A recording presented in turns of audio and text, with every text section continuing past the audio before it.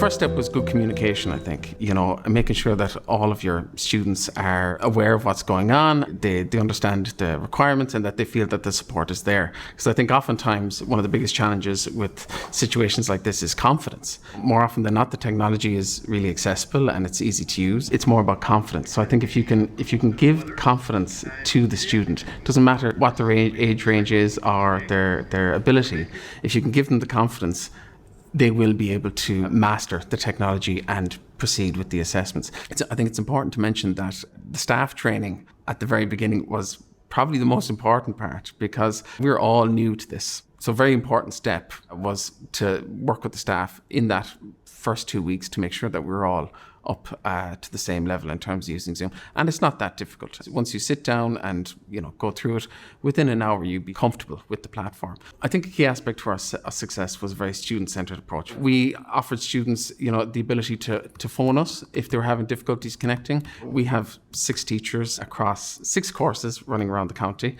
We have 90 plus students, and I'm delighted to say that about 98% of those students became engaged with the online classes. So that was a great success. And I think that was down to them feeling that they could ring the tutor if they were stuck and couldn't connect, and they felt that they had that support. So obviously, once you have students connected to the platform, ensuring that they're all comfortable with how the technology works, that takes a little bit of time. Even for the tutors to get used to that space and situation took a little bit of time. But after the first class, everybody started to get into the run of things and people actually started to enjoy it. We had a number of assessments to complete to get students through to certification. There were online presentations. We also ran online exams. So these are normally things that are done in a classroom setting. So we had to kind of figure out what were the best ways to deliver these online. So I suppose in terms of presentations, where a student would normally stand up and present a PowerPoint in a classroom situation, we discovered that if students were explained how to share their screen, it was very easy for them to present to a class online, essentially using the same technology, just not in the real classroom, but in the virtual one. So another major aspect of our assessments that we needed to complete was exams.